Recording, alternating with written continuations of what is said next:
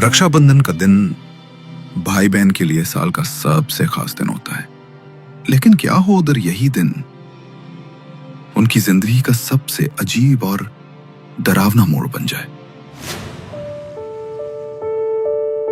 प्रेरणा मोहित की छोटी बहन थी। 3 साल पहले हुए एक दर्दनाक कार एक्सीडेंट में उनके मम्मी पापा नहीं रहे। तब से मोहित ही माँ बाप बनकर प्रेरणा की देखभाल कर रहा था। आज रक्षाबंधन था और घर में सुबह से ही एक प्यारा सा हंगामा मचा हुआ था।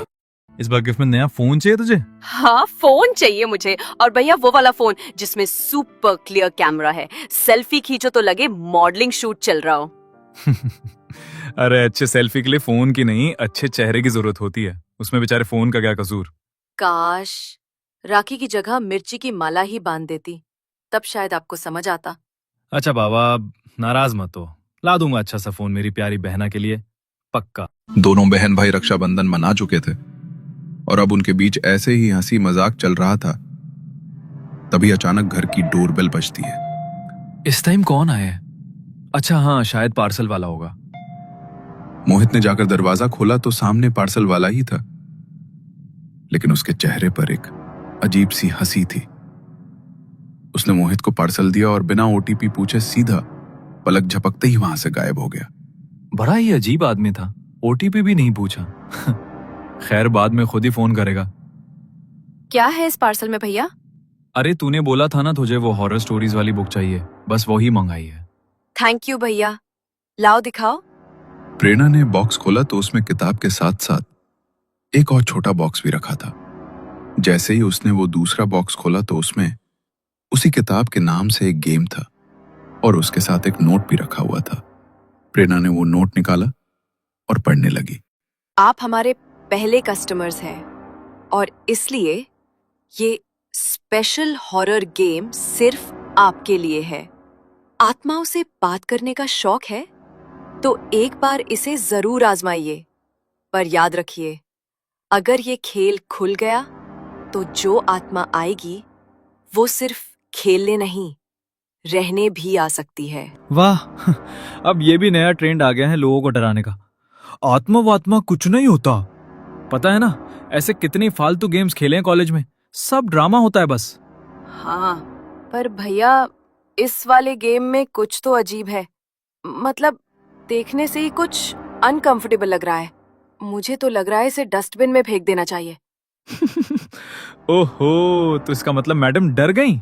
नहीं तो किसने बोला मैं डर गई? मैं क्यों डरूंगी भला? बस मुझे अजीब लगा इसलिए कहा। ठीक है, तो फिर एक काम करते हैं, अगर तू नहीं डरी है तो आज रात हम दोनों साथ में ये गेम खेलते हैं। प्रेरणा का वो गेम खेलने का बिल्कुल भी मन नहीं था, लेकिन अपने भाई के बार बार कहने पर वो रात को उसके साथ वो गेम खेलने के लिए बैठ गई। मोहित ने कमरे की लाइट्स बंद कर दी और 4 कैंडल जलाकर कमरे के चारों कोनों में रख दी।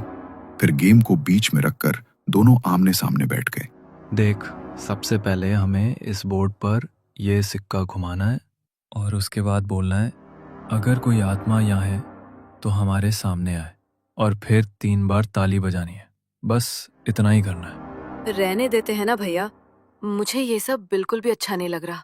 सच में मुझे बहुत अजीब सा महसूस हो रहा है। अरे पगली, कुछ नहीं होगा, मैं हूं ना तेरे साथ। मेरे रहते तुझे कुछ हो सकता है क्या? तू बस मेरे ऊपर भरोसा रख, चल ट्राई करते हैं। मोहित और प्रेरणा ने बोर्ड पर रखे सिक्के पर हाथ रखा। धीरे धीरे सिक्के को गोल घुमाया और फिर उसे बोर्ड के बीच में रख दिया। इसके बाद दोनों ने एक साथ कहा, अगर इस कमरे में कोई आत्मा मौजूद है तो हमें अपने यहाँ होने का एहसास कराओ। ये सवाल पूछकर दोनों ने 3 बार ताली बजाई। कमरे में कुछ पल के लिए सन्नाटा छा गया। कोई हलचल नहीं, कोई आवाज नहीं, सब कुछ वैसा ही शांत था। लेकिन तभी मोहित जोर जोर से हंसने लगा। भैया आप इस तरह हंस क्यों रहे हो? आपको कुछ हो तो नहीं क्या भैया? अरे यार, तू कितनी बड़ी डरपोक है। तेरा चेहरा देखकर तो मेरी हंसी रुक ही नहीं रही। कुछ नहीं है इस गेम में, कोई आत्मा वात्मा नहीं आती, सब फालतू का टाइम पास है। चल बंद कर इसे अब। मोहित ने गेम बोर्ड से सिक्का उठाया और बोर्ड को फोल्ड करके बिस्तर पर रख दिया। लेकिन जैसे ही वो दोनों पीछे मुड़े, वो बोर्ड अपने आप फिर से जमीन पर उसी तरह खुला हुआ रखा था। तभी उनके कानों में कुछ अजीब सी आवाज पड़ी, और जब उन्होंने धीरे से पीछे मुड़कर देखा तो बोर्ड अब बिस्तर पर नहीं था, बल्कि जमीन पर खुला हुआ रखा था, और उसके ऊपर वही सिक्का भी रखा हुआ था। भैया, अभी तो आपने ये बोर्ड फोल्ड करके बेड पर रखा था, तो ये नीचे कैसे आ गया? और ये तो बिल्कुल उसी जगह पर वैसे ही रखा है जैसे पहले था। देखिए, आप मेरे साथ कोई मजाक तो नहीं कर रहे ना? नहीं प्रेरणा, मैंने कुछ भी नहीं किया। मुझे खुद भी समझ नहीं आ रहा है ये सब कैसे हो रहा है। अब वो दोनों बुरी तरह घबरा चुके थे। तभी अचानक कमरे का दरवाजा अपने आप बंद हो गया, और कमरे में एक अजीब सी ठंडक फैल गई। खिड़कियां अपने आप खुल गईं, और बहुत तेज हवा चलने लगी। लेकिन इतनी जोरदार हवा के बावजूद कमरे के चारों कोनों में रखी मोमबत्तियां बुझी नहीं।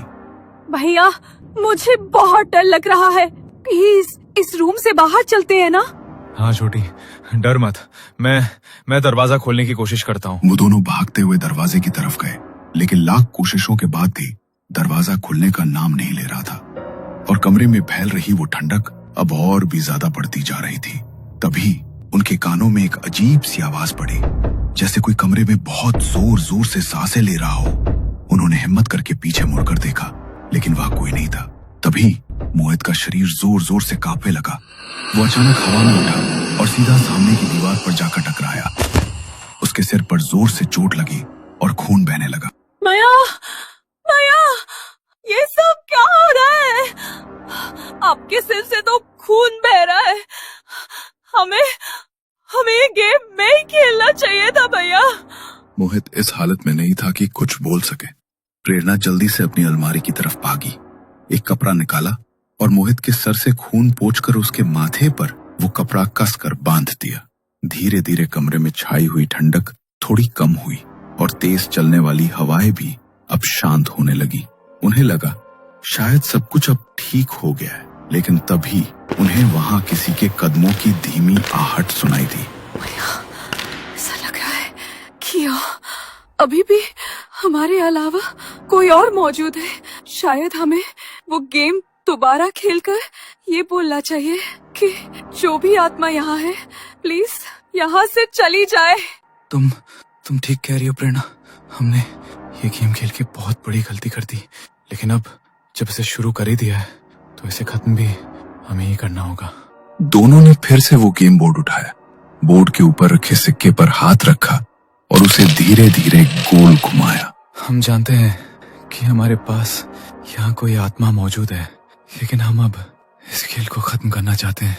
जो भी आत्मा इस जगह पे, कृपया यहाँ से चली जाओ। हमारा इरादा तुम्हें परेशान करने का नहीं था। कुछ देर के लिए सब कुछ बिल्कुल शांत हो गया, लेकिन थोड़ी देर बाद बोर्ड पर रखा वो सिक्का तेजी से गोल गोल घूमने लगा। कमरे में फिर से वो ठंडक बढ़ने लगी। इससे पहले कि वो कुछ समझ पाते, अचानक खुद ब खुद कमरे का दरवाजा खुला। पीछे से कसकर किसी ने मोहित के बालों को पकड़ा और उसे घसीटते हुए कमरे से बाहर ले गया। मोहित जोर जोर से घसीटता चला जा रहा था और प्रेरणा उसके पीछे पीछे भाग रही थी। भैया, भैया! अचानक घसीटते घसीटते मोहित घर के दूसरे कमरे के बाहर जाकर रुका, लेकिन मानो जैसे उसे किसी ने हवा में उठाया। कुछ देर बाद मोहित के पैर जमीन पर आकर टिके, लेकिन जैसे तो वो अपने होश में नहीं था। उसने अपना सर कमरे के दरवाजे में मारना शुरू किया। उसके सर पर पहले ही चोट लगी थी और प्रेरणा ने उसके सर पर जो कपड़ा बांधा था वो भी अब खून से भर चुका था। मोहित की ऐसी हालत देखकर प्रेरणा को कुछ भी समझ नहीं आ रहा था। वो डरते हुए उसके पास गई। उसने मोहित को रोकने की बहुत कोशिश की। भैया, आपको क्या हो गया भैया? प्लीज ऐसा मत कीजिए, आपको कुछ हो जाएगा। मोहित अचानक रुका। प्रेरणा अपने स्कार्फ से उसके माथे से निकला खून साफ करने लगी। तभी मोहित ने अपने माथे से उसका हाथ हटाया और बड़ी ही भयानक मुस्कुराहट के साथ उसे देखने लगा। उसने उसकी गर्दन पकड़ी और उसे दूर फेंक दिया। वो उसकी ओर देखता हुआ बड़े ही भयानक तरीके से हंसने लगा और हंसते हुए अपने हाथ पैरों पर उल्टा घूम गया और अपने हाथ पैरों के सहारे सीढ़ियों से नीचे उतरने लगा। उसे इस तरह देख प्रेरणा की जान हलक को आ गई थी। मुझे कुछ भी करके भैया को बचाना होगा। मैं खुद किसी आत्मा का सामना नहीं कर सकती। भगवान जी, प्लीज मेरी मदद करो। मुझे बाहर जाना होगा। उनके घर से कुछ दूरी पर एक मंदिर था। प्रेरणा वहीं पर जाना चाहती थी, इसलिए वो जल्दी से नीचे उतरी। लेकिन इससे पहले वो दरवाजे तक पहुंच पाती, सीढ़ियों के नीचे छिपे मोहित ने उसके पैर को पकड़कर खींच लिया और वो सीधी जमीन पर गिर पड़ी। मोहित उसे देखकर पागलों की तरह हंसने लगा। आत्माओं को बुलाने का बहुत शौक था ना तुम्हें, तो लो अब मैं आ गई। पर अब तुम मुझसे दूर क्यों भाग गए हो? देखो, हम दोनों से बहुत बड़ी गलती हो गई, लेकिन प्लीज मेरे भैया को छोड़ दो, मेरे भैया को जाने दो। हम तुम्हें परेशान नहीं करना चाहते थे। No no no no no तुम मुझे बुला सकते हो अपनी मर्जी से, लेकिन जाऊंगी तो मैं खुद अपनी मर्जी से, और वो भी तुम दोनों को लेकर। मैं बिल्कुल अकेली हूँ, मेरे साथ कोई है ही नहीं, इसलिए मुझे तुम्हारी आत्मा चाहिए, हमेशा हमेशा के लिए। नहीं नहीं, मैं अपने भैया को कुछ नहीं होने दूंगी। उसकी बात सुनकर मोहित जोर जोर से भयानक आवाज में हंसने लगा। उसने अपने हाथ की हड्डी को मरोड़ा और पूरे घर में उसकी हड्डियों के चटकने की आवाज गूंज उठी। दर्द के मारे वो जोर जोर से चिल्ला रहा था, और जैसे ही प्रेरणा उसके पास जा रही थी, वैसे ही वो खुद को और ज्यादा दर्द पहुंचा रहा था। प्लीज ऐसा मत करो, मेरे भैया को छोड़ दो, उन्हें बहुत दर्द हो रहा है। लगता है तुझे अपने भाई को दर्द में देखकर कुछ ज्यादा ही तकलीफ हो रही है। एक काम करती हूँ, पहले तुझे ही मार देती हूँ, तो फिर तुझे तकलीफ नहीं होगी। उसने डाइनिंग टेबल पर रखी फूड बास्केट से चाकू उठाया और प्रेरणा की तरफ फेंक कर मारा। वो चाकू सीधा प्रेरणा के हाथ में जा लगा। प्रेरणा दर्द से चीख उठी। मोहित तेजी से उसकी तरफ भागा और उसके हाथ से चाकू खींच लिया और उसी चाकू को उसकी हथेली में घोंप दिया। वो बार बार उसी घाव पर वार करता गया। प्रेरणा का पूरा हाथ खून से सन चुका था। उसकी आंखों से आंसू लगातार बह रहे थे, लेकिन मोहित के ऊपर तो अब शैतान सवार था। दर्द हो रहा है? कोई बात नहीं, थोड़ी देर में सब खत्म हो जाएगा, क्योंकि मरने के बाद कोई दर्द नहीं होता। प्रेरणा ने पूरी हिम्मत जुटाकर चाकू अपनी हथेली से निकाला, लेकिन मोहित ने उसी वक्त चाकू दोबारा उठा लिया, पर इस बार उसने प्रेरणा पर वार नहीं किया। उसने अपनी ही कलाई पर चीरे लगाने शुरू कर दिए। खून टपकता हुआ जमीन पर गिरने लगा। प्लीज मेरे भैया के साथ ऐसा मत करो, प्लीज ऐसा मत करो। प्रेरणा जोर जोर से रोती रही। मोहित अपने ही शरीर को जख्मी करता हुआ वहां से दूसरी ओर भाग गया। आज रक्षाबंधन का दिन था, और इस दिन अपने भाई की ये हालत देखकर प्रेरणा का दिल जैसे अंदर ही अंदर फट गया। उसी पल उसके दिमाग में एक बात कौंधी। जरूर इसका सलूशन उसी नोट में लिखा होगा जिसमें गेम की इंस्ट्रक्शंस थी। मुझे वो पेज ढूंढना होगा। प्रेरणा दौड़ती हुई ऊपर गई। उसके हाथ से टपकता हुआ खून पूरी सीढ़ियों पर फैल गया था। उसी कमरे में पहुंची जहां वो गेम खेल रहे थे। गेम का बोर्ड अब भी जमीन पर रखा था। चारों कोनों में मोमबत्तियां जल रही थी, लेकिन वो नोट वहां नहीं था। वो हर जगह देखने लगी। तभी बिस्तर के नीचे कुछ दिखाई दिया। मिल गया। लेकिन जैसे ही उसने उस पन्ने को पढ़ा, उसके चेहरे की उम्मीद सेहरन में बदल गई। ओह नो, इसमें तो कोई सोल्यूशन लिखा ही नहीं है। यहाँ तो साफ साफ लिखा है, एक बार अगर कोई आत्मा इस गेम से आ जाए तो उसे वापस भेजने का कोई तरीका नहीं है। गॉड, प्लीज मेरे भैया को बचा लो, मैं अपने भैया को नहीं खोना चाहती। प्रेरणा भगवान से प्रार्थना करती हुई जोर जोर से रोने लगी, लेकिन तभी उसे कुछ गिरने की आवाज आई, जैसे कुछ बहुत तेज आवाज के साथ गिरा हो। वो कमरे के बाहर की तरफ भागी और उसने देखा कि मोहित सीढ़ियों से नीचे गिरा हुआ है। वो नीचे गई तो मोहित के अंदर कोई हलचल नहीं हो रही थी। उसने मोहित को सहलाया, लेकिन मोहित का पूरा शरीर खून सा सुना हुआ था और वो पूरी तरह ठंडा पड़ चुका था। प्रेरणा ने उसकी सांसें देखी तो वो भी रुक चुकी थी। नहीं नहीं, मेरे भैया को कुछ नहीं हो सकता। बोलो ना भैया, आपको कुछ नहीं हुआ? आप ठीक हो ना भैया? प्लीज बोलो भैया। प्रेरणा अपनी गोद में अपने भाई का सिर रखे रो रही थी। उसकी जिंदगी में उसके भैया के अलावा कोई नहीं था। सुबह ही उसने उसके साथ रक्षाबंधन मनाया था, लेकिन अब वही भाई उसे हमेशा के लिए छोड़ चुका था। वो खुद को संभाल नहीं पा रही थी। उसका पूरा शरीर कांप रहा था। उसी वक्त पीछे से एक हलचल हुई। प्रेरणा ने धीरे से पीछे मुड़कर देखा तो एक काली परछाई उसकी ओर बढ़ रही थी। मारना चाहती हो ना तुम मुझे? तो ठीक है, मार दो। मेरे भाई को तो तुमने मुझसे छीन ही लिया, तो अब मैं भी जीकर क्या करूंगी? मार दो, खत्म कर दो मुझे। ऐसा कह ही रही थी कि सामने की टेबल पर रखा फूलदान हवा में अपने आप उठ गया और सीधा प्रेरणा के सिर पर आकर लगा। उसके सिर से खून बहने लगा और तभी वो काली परछाई उसके बालों को झपट कर पकड़ती है और घसीटना शुरू कर देती है। मगर तभी वो अचानक रुक गई, जैसे प्रेरणा के पैरों को किसी ने पकड़ लिया हो। प्रेरणा ने कांपते हुए सामने देखा और सामने का नजारा देखकर उसकी आंखों से आंसू बहने लगे, क्योंकि उसके भाई मोहित की आत्मा उसके पैरों को पकड़कर खड़ी थी। भैया, इसने आपको मार डाला। प्लीज आप मुझे मत बचाइए। एक आप ही तो थे जो मेरे जीने का सहारा थे। मैं आपके बिना नहीं जीना चाहती भैया। मैं भी आपके पास ही आना चाहती हूँ। नहीं प्रेरणा, मैं अपने होते हुए तुम पर एक आंच नहीं आने दूंगा। और वैसे भी आज रक्षाबंधन का दिन है ना, तुमसे वादा किया था मैंने कि तुम्हारी रक्षा करूंगा। अब जीते जी तो इस आत्मा का कुछ नहीं कर पाया, पर अब ये तुम्हारा कुछ नहीं बिगाड़ पाएगी। तुम्हारा भाई तुम्हारी रक्षा के लिए तुम्हारे साथ है। मोहित की आत्मा आगे बढ़ी। वो काली परछाई उस पर झपट पड़ी, लेकिन मोहित की आत्मा शुद्ध और पवित्र थी, इसलिए वो उस आत्मा पर हावी पड़ गया। तभी खिड़की से एक अलौकिक रोशनी कमरे में दाखिल हुई और सीधी मोहित की आत्मा पर पड़ी।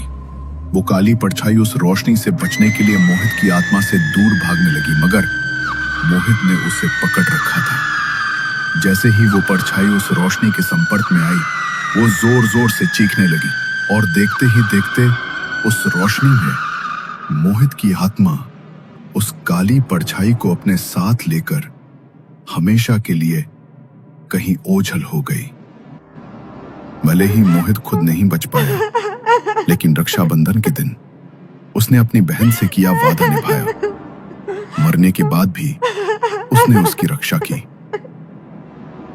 उनके मुक्त होते ही वो गेम अपने आप कहीं गायब हो गया, लेकिन उस गेम को खेलने का दर्द हमेशा के लिए प्रेरणा के दिल में रह गया और रक्षाबंधन के दिन अपने भाई को खोने का दुख प्रेरणा के दिल में हमेशा के लिए एक बोझ बनकर रह गया।